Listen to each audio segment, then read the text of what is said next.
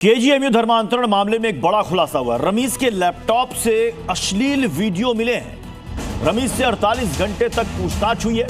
Mobile और 2 laptop इसके पास से बरामद हुए हैं। मोबाइल से कई नंबर और चैट डिलीट कर दिए गए थे। पूछताछ में रमीज ने कई सवालों के जवाब नहीं दिए।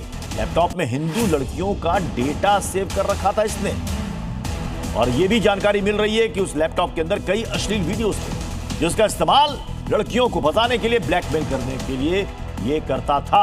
हालांकि कई सारे सवाल ये टाल गया, उसका जवाब इससे नहीं मिला।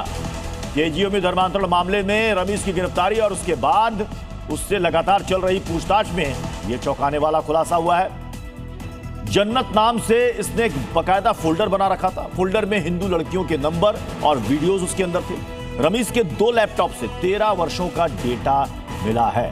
लैपटॉप में कई अश्लील वीडियोज भी बरामद हुए। कॉल गर्ल्स के नंबरों की लिस्ट भी इसके पास से मिली है। लैपटॉप में हिंदू लड़कियों का डेटा सेव कर रखा था इसने। ब्लैकमेलिंग के लिए वीडियो का इस्तेमाल करता था। दूसरे लैपटॉप से 50 से अधिक वीडियोस मिले। उसकी पहली पत्नी के वीडियोस भी इसमें शामिल हैं। मेडिकोज ग्रुप से जुड़े संदिग्ध संपर्क भी इसमें सेव थे। विशाल हमारे साथ इस खबर पर जुड़ चुके हैं। विशाल, यानी कि पिछले कई सालों से ये एक बड़े नेटवर्क को संचालित कर रहा था। इतने अश्लील वीडियोस मिलना, यानी कि लड़कियों को फंसाने के लिए ब्लैकमेलिंग करता था ये।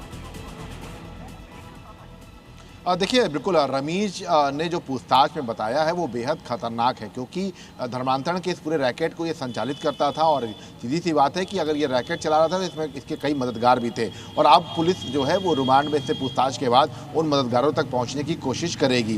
क्योंकि 48 घंटे की जो पूछताछ हुई है वो उसमें 120 से ज़्यादा सवाल जो है वो पूछे गए। 2 लैपटॉप बरामद किए गए हैं। और सबसे बड़ी बात है कि जो लैपटॉप का जो डेटा है वो बहुत ज़्यादा खतरनाक है। उसमें जो फोल्डर बनाया गया है जन्नत नाम से, उसमें हिंदू लड़कियों के तमाम वीडियोस हैं। वो यहाँ तक कि अश्लील वीडियोस के साथ साथ उसने तमाम जो फ़ोन डायरी जो है वो बनाए रखी है। इसके साथ साथ तमाम फ़ोटोज़ रखी हुई हैं। और इसी वीडियोस और फोटो के आधार पर वो हिंदू लड़कियों को बाकायदा ब्लैकमेल भी करता था। यहाँ तक कि उसने अपनी पहली पत्नी के जो तमाम वीडियोस हैं ऐसे आपत्तिजनक, उनको भी लैपटॉप में रखा हुआ है। 13 साल का पूरा डेटा उसने बना रखा है। यहाँ तक कि एक लिस्ट जो है वो उसके पास से मिली है। तो ये तमाम ऐसी चीज़ें हैं जो साफ कर रही हैं कि रमीज के मंसूबे बेहद खतरनाक थे। वो लगातार धर्मांतरण के पूरे जाल को फैला रहा था और खुद भी लगातार हिंदू लड़कियों को टारगेट पर रखता था। हालांकि उसने जरूर पूछताछ में अपने माँ बाप की संलिप्तता पर उसने मना कर दिया कि उनकी कोई संलिप्तता नहीं है। लेकिन उसकी बहुत बहुत शुक्रिया